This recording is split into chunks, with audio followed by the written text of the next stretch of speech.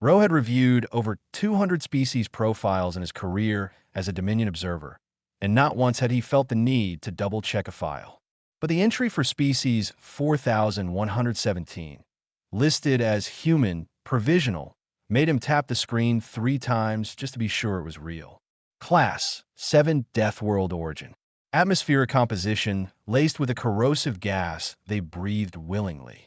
Gravity so heavy that most galactic species would suffer bone fractures within hours of standing on the surface. Tectonic instability. Predators in every biome. Seasonal temperature swings that would kill a Maresi in minutes. And they had sent one contestant. Just one. Rowe closed the file and looked out the observation window of the Dominion station. Ships were arriving from across the galaxy, carrying teams of athletes, medical staff, psychologists, and equipment pods. The Dravi delegation alone had brought 40 support personnel for their single contestant. The Feltari had shipped in a climate-controlled recovery suite that took up an entire docking bay. Humanity sent a woman with a duffel bag. She walked off a mid-range cargo transport with no escort, no entourage, and no visible equipment beyond what she carried on one shoulder. Rowe watched her step onto the station deck, look around with calm interest, and then walk directly to the nearest service panel to ask where she could find food. Her name was Danny Okoro, 34 years old, former wildfire hotshot crew leader from a region of Earth called Northern Canada. The file said she had also worked as an Arctic survival instructor. Rowe did not know what either of those things meant, but the file flagged both as relevant experience. He found her 20 minutes later in the station cafeteria, eating something brown and soft from a tray. "I am Rowe," he said, standing at what he hoped was an appropriate distance. "I have been assigned as your species observer for the duration of the trials." She looked up and smiled. Then she stood, wiped her hand on her pants, and extended it toward him. He stared at the hand. "It is a greeting," she said. "You grab it and shake it a little." He did. Her grip was warm and firm, and the physical contact startled him so badly that his gills flared. Among the Maresi, touching a stranger was reserved for medical emergencies. "I hope you brought comfortable shoes," she said, sitting back down. Rowe did not understand the relevance of that statement, but he noted it in his file. That evening, Commandant Searle held the opening ceremony in the Great Hall. Searle was Cathani, tall, insectoid, with a voice that clicked between syllables like stones tapping together. He had overseen 4 trials and had never once seen a provisional species survive past the second stage. He stood at the central platform and addressed the contestants. "The endurance trials exist to measure the limits of biological resilience," he said. 5 stages: heat, cold, deprivation, pressure, and the final march. Each stage is designed to find the point where your body and mind fail. Some of you will reach that point quickly. Some will reach it slowly. All of you will reach it. Rowe glanced at Danny. She was listening with her arms crossed, her expression neutral, like someone hearing weather predictions for a trip she had already packed for. "Contestants who surrender will be evacuated. Contestants who collapse will be retrieved." Searle paused. Sometimes, a ripple of tension moved through the hall. Danny did not react. After the ceremony, Rowe walked beside her through the corridor back to the contestant quarters. Other species moved in groups, speaking quickly, some already showing signs of anxiety. A Feltari contestant was arguing with his support team about medication dosages. Danny walked alone and said nothing. "Are you not concerned?" Rowe finally asked. She glanced at him. "About what?" "The trials. The stages. The Commandant's warning." She seemed to think about it for a moment. "I have walked into burning forests where the air was so hot it could cook your lungs if you breathed wrong. I have slept on ice sheets where the temperature dropped so fast your eyelids could freeze shut. I have gone 3 days without sleep because if I close my eyes, someone on my crew might not go home." She shrugged. "This is a controlled environment with medical teams on standby. I have been in worse." Rowe opened his mouth and then closed it. He wrote nothing in his file. He did not yet have words for what he was feeling.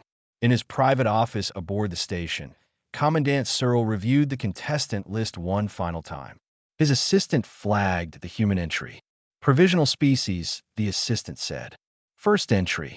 No prior data. Set the first stage parameters to upper range, Searle said. That is above standard for a provisional entry. I am aware. I want to see what happens. If they're going to fail, let them fail fast. There is no need to waste resources on a species that does not belong here. His assistant adjusted the settings. The heat stage would begin at dawn, calibrated 4 degrees above the standard threshold.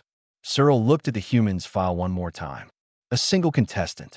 No support team. No recovery pod. He almost felt something close to pity. Almost. The trial began at dawn. The desert hit like a wall.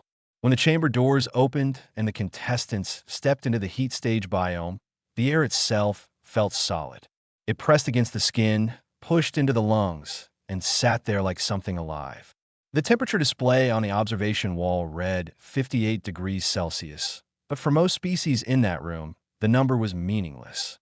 Their bodies told them everything they needed to know. This placed one of them gone.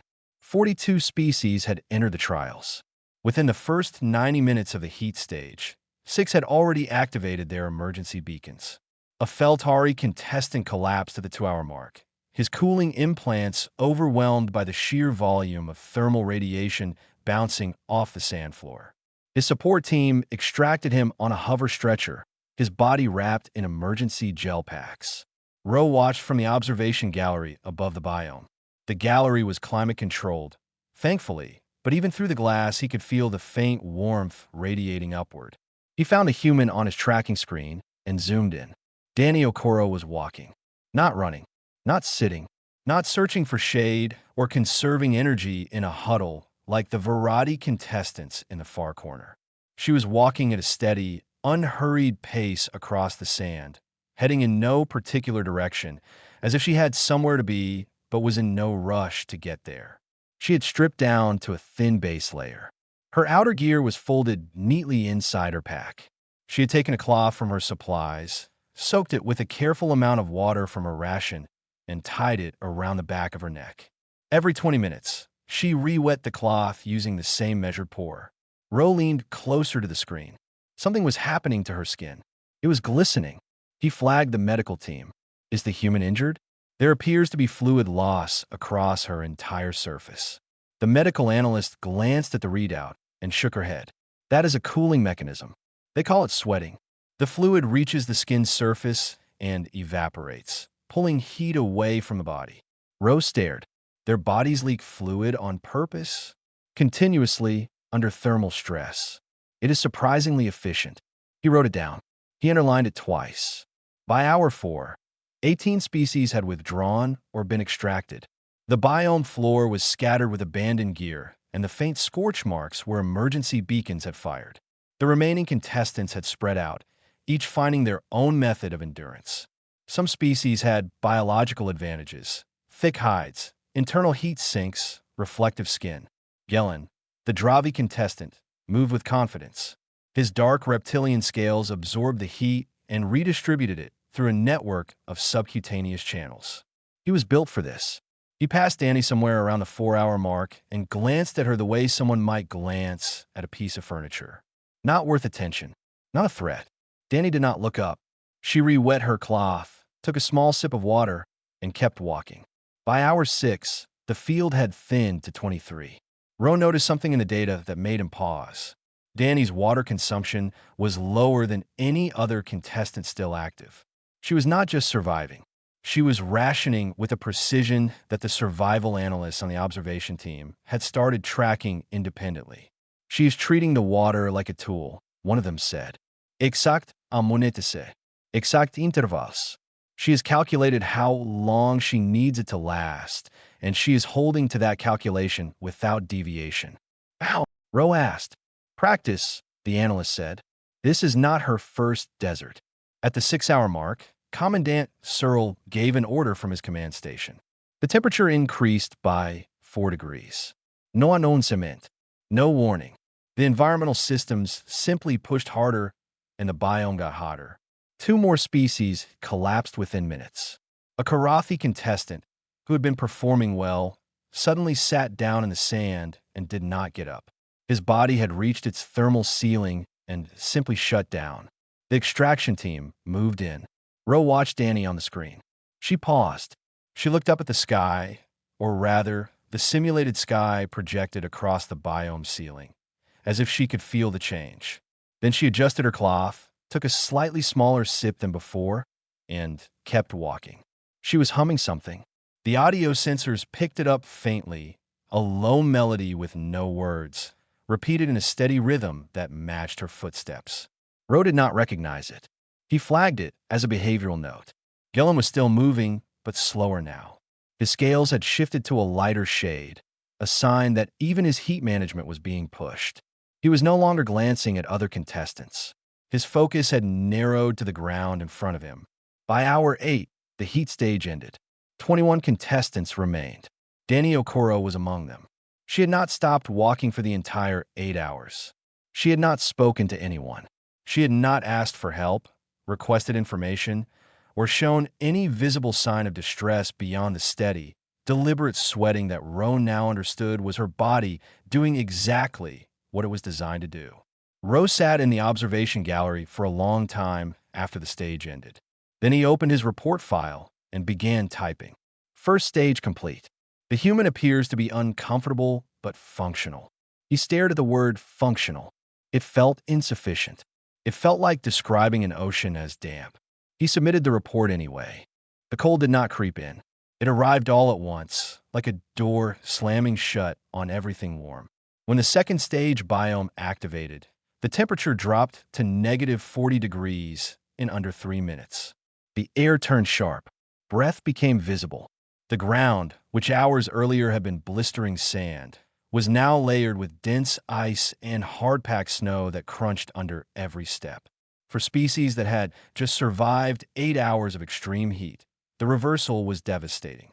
The variety, whose thick skin had helped them endure the desert, now found that same skin cracking in the cold.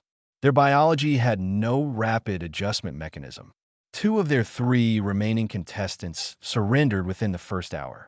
A Feltari backup contestant, who had replaced the one lost in the heat stage, lasted 40 minutes before his joints locked and his team pulled him out. Gelen slowed to a crawl. Dravi were warm climate creatures. Their blood moved slower in the cold, their reflexes dulled, and their confidence, which had carried Gelen through the desert like a banner, was now visibly crumbling.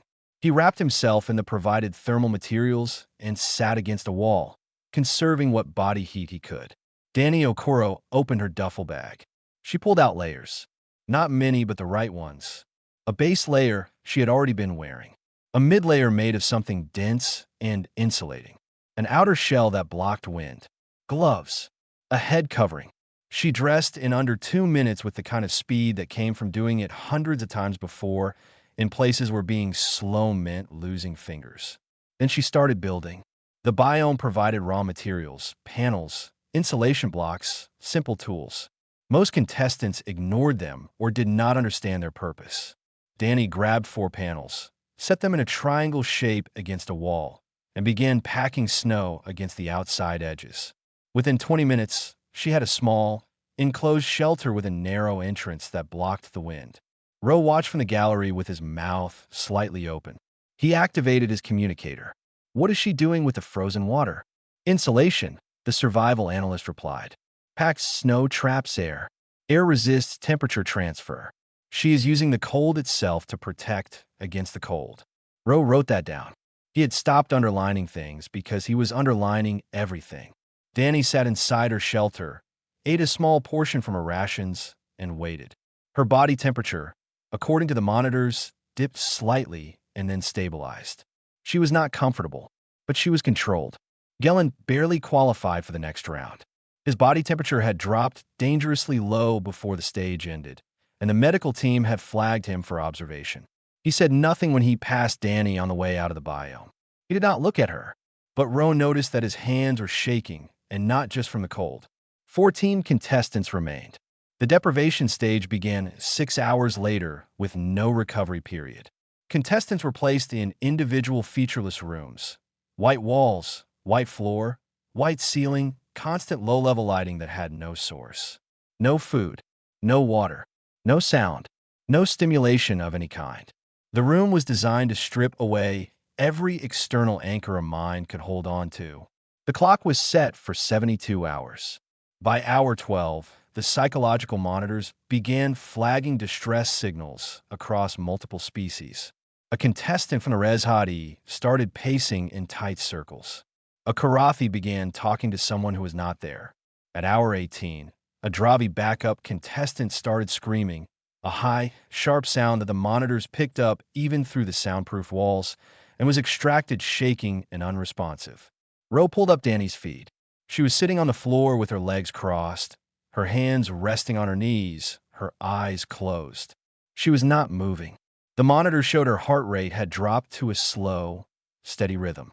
Her brain activity was active but calm, cycling in a pattern the medical team had never seen in a trial contestant before. Is she sleeping? Ro asked. No, the analyst said. She is fully conscious, but she has reduced her metabolic output to near resting levels. Her body is using almost no energy. How is she doing that? Training, most likely. Her file mentions extended deployments in remote wilderness with minimal sleep opportunities. Ro contacted Danny's room through the observation channel.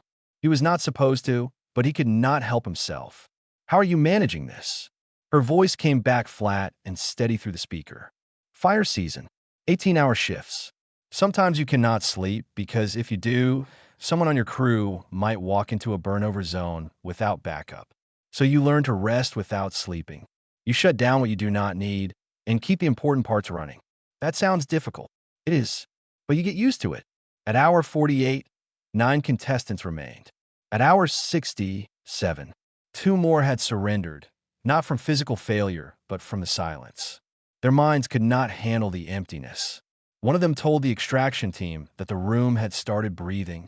Danny sat in the same position she had been in since the beginning. Her eyes were still closed. Her breathing had not changed. The psychological monitors ran their standard assessment and returned a result that made Ro read it 3 times. Emotional state: calm, persistent. Not calm and struggling. Not calm and deteriorating. Calm and persistent, as if the 2 words were the same thing, as if persistence was not an effort but a resting state. Commandant Searle reviewed the data from his command station. He pulled up the human's file again and looked at the readings from all 3 stages so far. She had not been the best performer in any single stage. She had not set any records. She had not displayed any extraordinary biological advantage. But she had not fallen below the survival line. Not once. Not even close. He leaned back in his chair and said nothing for a long time. Then he pulled up the parameters for the pressure stage and began reading. 7 contestants walked into the pressure chamber. The room was built like the inside of a deep ocean. Dark walls, curved ceiling, and a slow, heavy hum that vibrated through the floor and into the bones of anyone standing on it. The air was thicker here. Not dangerous, but noticeable, like the room itself was pressing down on everything inside it. Danny stood at her assigned station and checked her equipment piece by piece. Breathing apparatus, pressure suit seals, communication line, emergency beacon. She tested each one with her hands, tugging connections, pressing valves, running her fingers over every edge. It was methodical and unhurried, the same way she used to check her fire shelter and oxygen mask before walking into a forest that was already burning. Gellin stood 2 stations over. He was moving through his own checks, but faster, with less patience. His hands were steady, but his jaw was tight. The cold stage had rattled something loose inside him, and the deprivation stage had not put it back. Commandant Searle's voice came through the overhead speakers. The pressure stage will simulate deep water compression at increasing depth. Environmental disruptions will occur at random intervals. You will not be warned, respond, or be extracted. The chamber sealed. At simulated 100 meters, the pressure increased gradually. Most contestants adjusted without issue.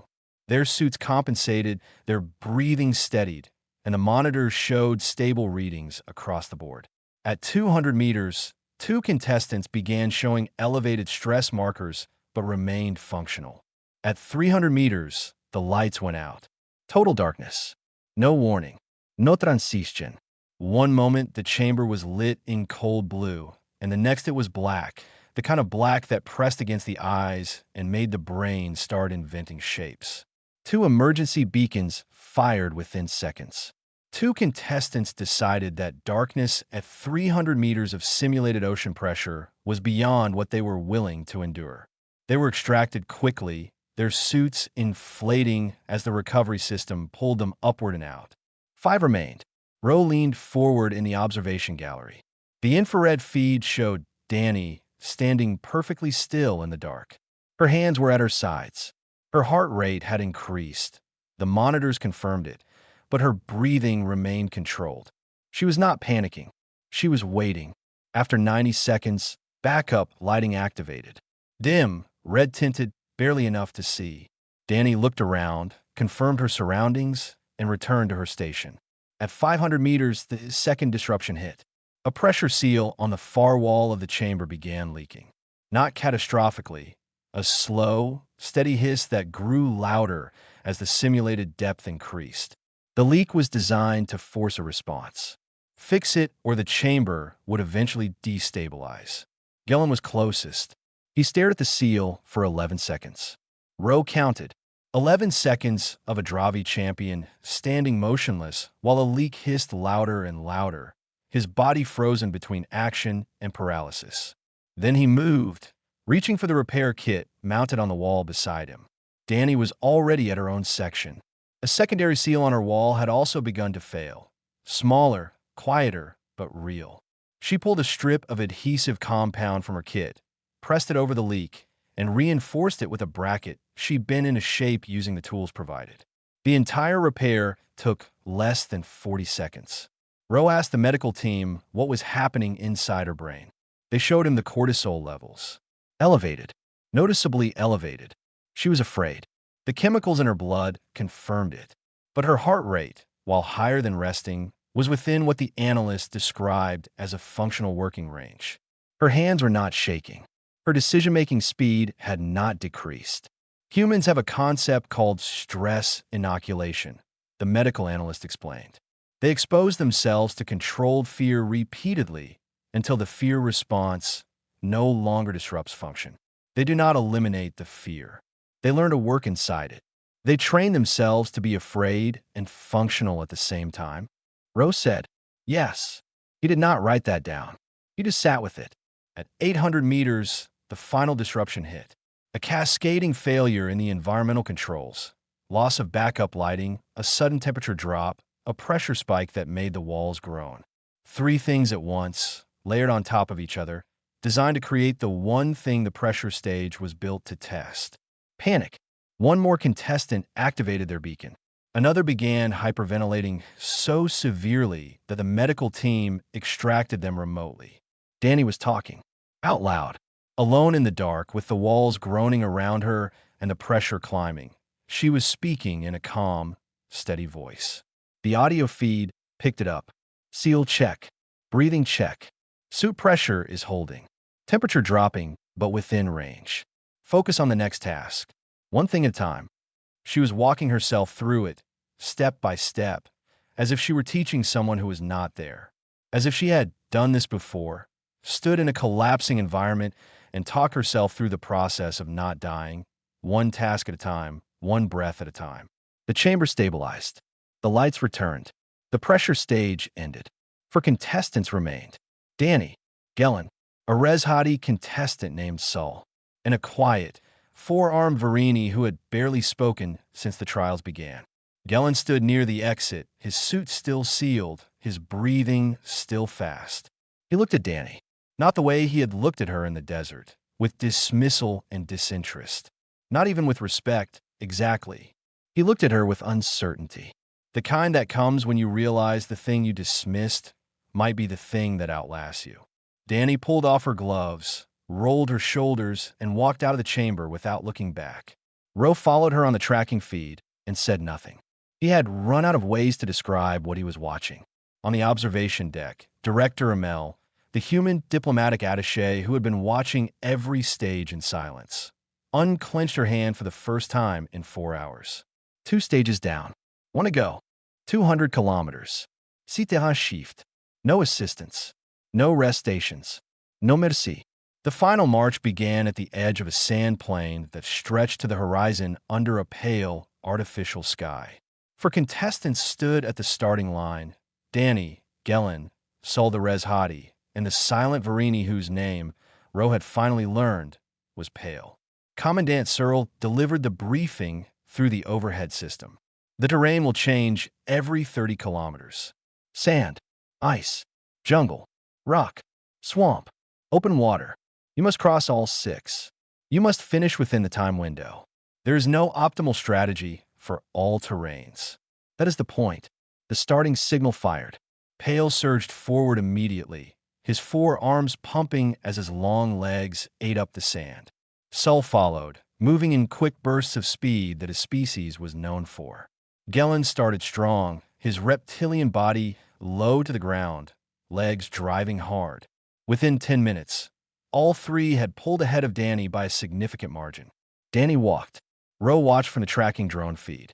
He had long stopped being surprised by this, but the analysts around him had not.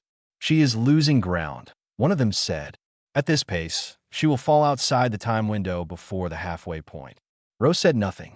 He had learned something over the past several days. He had learned to wait. By kilometer 30, the sand became ice. The transition was brutal. One step on hot ground, the next on frozen surface. Sol slipped twice and adjusted. Gellin slowed dramatically, his muscles tightening in the cold. Pale pushed through on momentum alone, his 4 arms helping him balance. Danny arrived at the transition 4 minutes behind the others. She did not speed up. She did not slow down. She stepped onto the ice, adjusted her footing, and continued at the same steady pace she had maintained since the beginning. By kilometer 60, the ice became jungle. Thick, humid, with vines and uneven ground that turned every step into a negotiation. Pale's advantage disappeared. His long limbs caught on roots and low branches. He burned energy fighting through terrain his body was not designed for. At kilometer 80, Pale stopped moving. His tracker showed him sitting against a tree, his 4 arms limp at his sides, his energy reserves completely empty. He had run the first half like a sprint, and now his body had nothing left. 3 remained. Danny passed him at kilometer 82. She did not stop, but she slowed enough to look at him. He waved her on with 1 arm, too exhausted to speak. She nodded and kept moving. The jungle became rock at kilometer 90. Sharp, uneven volcanic terrain that cut at feet and forced contestants to climb over jagged formations. Sol was struggling.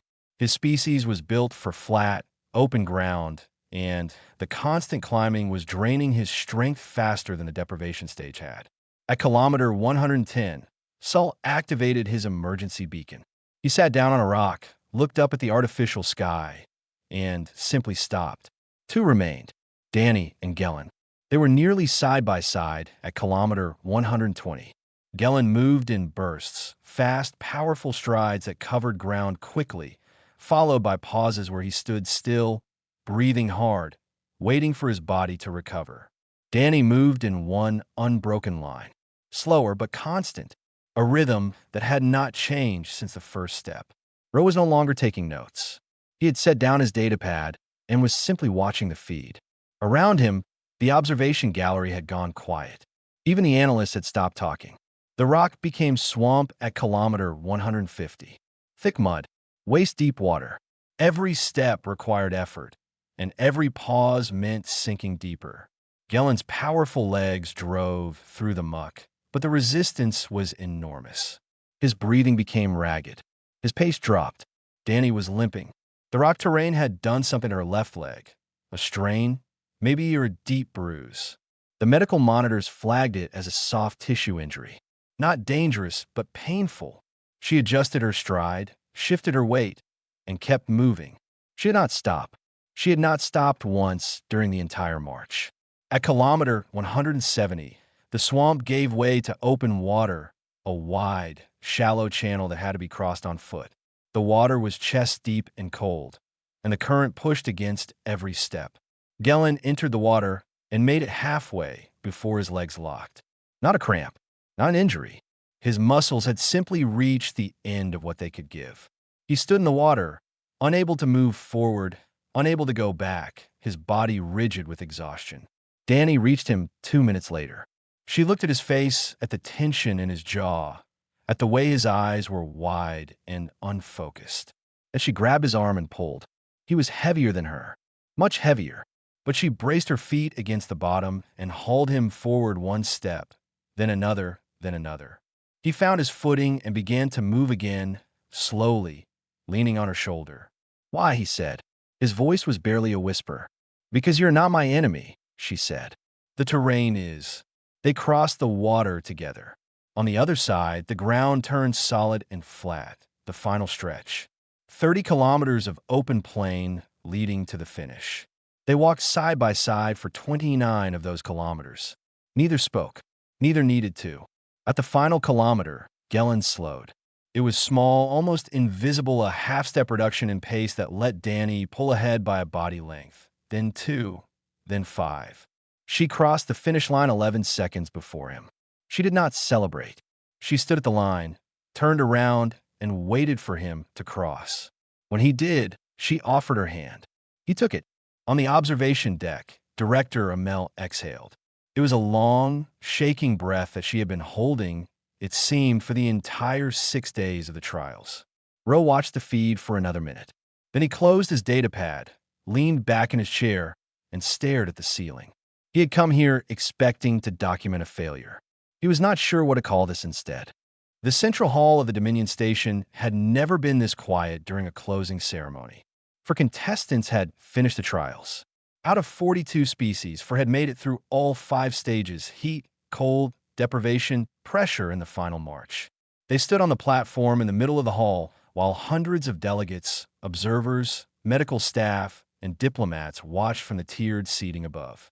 Gellin stood tall, though his body still carried the weight of the march. Sol had not finished, but had been invited to attend as an honored participant. Pale sat in the upper rows, his 4 arms folded, watching with tired eyes and something that looked like quiet pride despite his withdrawal. And Danny Okoro stood at the center of the platform, wearing the same plain clothes she had arrived in, her duffel bag somewhere back in the contestant quarters, probably still half-packed. Commandant Searle stepped forward. His insectoid frame cast a long shadow across the platform floor. His voice clicked through the hall with the precision of someone who had given this speech before, but never quite like this. The endurance trials measure the limits of biological resilience. They're not designed to reward strength or speed. They're designed to find the point where a species breaks.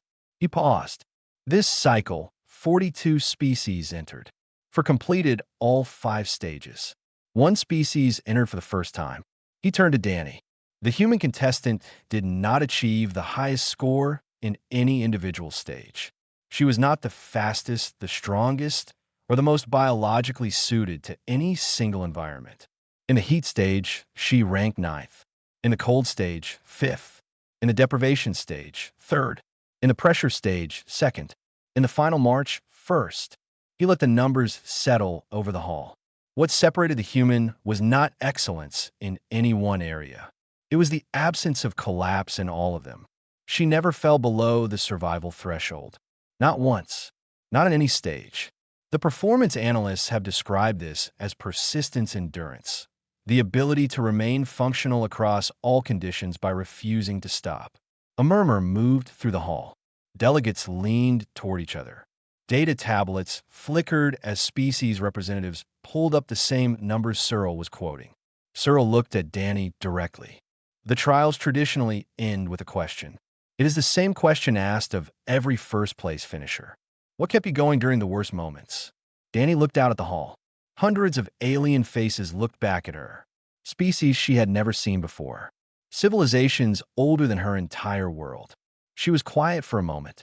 "Where I come from," she said, "there's a thing called wildfire. It moves faster than you can run. It eats everything. Trees, homes, ground, air. When you work a fire line, you do not get to be tired. The fire does not care if you are tired. It does not care if you are scared or hungry or hurt. It keeps burning." She paused. "So you keep working." Not because you are brave. Not because you are special. Because if you stop, people get hurt. I never learned how to stop just because things got hard. I never saw the point. The hall was silent. Rose sat in the observation tier with his datapad open. His final report was already written, all 47 pages of it, the longest observation document ever filed for a provisional species in Dominion history. He had rewritten the conclusion 6 times before settling on the version that now sat on his screen. His conclusion read, "Humans do not resist panic. They do not suppress it or ignore it. They acknowledge it, set it aside, and continue functioning. Their endurance is not a product of biological superiority. It is a product of behavioral adaptation, a learned refusal to yield that appears to have no upper limit within observed parameters. Recommendation: immediate elevation of humanity's provisional status to full recognition." He submitted it. After the ceremony, the hall emptied slowly. Delegates filed out in clusters, speaking in low voices. Several species representatives approached Director Amel to ask about human biology, human training methods, human psychology. She answered what she could and deflected what she could not, all while trying not to let her hands shake. Gillen found Danny near the edge of the platform. She was standing alone, looking out at the emptying hall with her hands in her pockets. He approached from the side and stopped a few steps away. "My species has a word," he said. "Drashin. It means someone who carries others through suffering. Not by force, not by command, by simply not falling." Danny looked at him. "It has not been used for an outsider in 400 years, Gillen said. "I'm using it for you." She did not respond right away. Then she nodded, slowly, and said, "Thank you. That means a lot." Gillen extended his hand the way she had shown him after the march. She took it. They stood like that for a moment, two contestants from opposite ends of the galaxy, connected by something that neither species had a complete word for. Then Gillen walked away, and Danny went to find the cafeteria. She ordered the closest thing the station had to coffee, a dark, bitter drink from a species that apparently shared humanity's fondness for hot, unpleasant liquids. She sat at the same table where she had eaten her first meal on the station, and she pulled out a small communication device. The call connected after a few seconds. A voice on the other end, familiar, warm, from a world 60,000 light years away, said, "Hey, how did it go?" Danny took a sip of her drink. It was fine, a little warm in the beginning. She talked for a few more minutes about nothing important, finished her drink, and ended the call. 3 levels above the cafeteria, in the Dominion Council chamber, the vote was held. 38 council members were present. The motion was to remove humanity's provisional status and grant full species recognition within the Dominion. The vote was unanimous. Roe found out about the result an hour later. He was in his quarters, packing his own things, preparing for the long trip back to Maresai space. He read the notification, closed his datapad, and sat on the edge of his bed for a while. He thought about a woman walking through a desert, humming a song he did not recognize, refusing to stop for reasons he was only beginning to understand. Then he picked up his bag and headed for the docking bay. He had a report to deliver, and for the first time in his career, he was genuinely looking forward to the questions.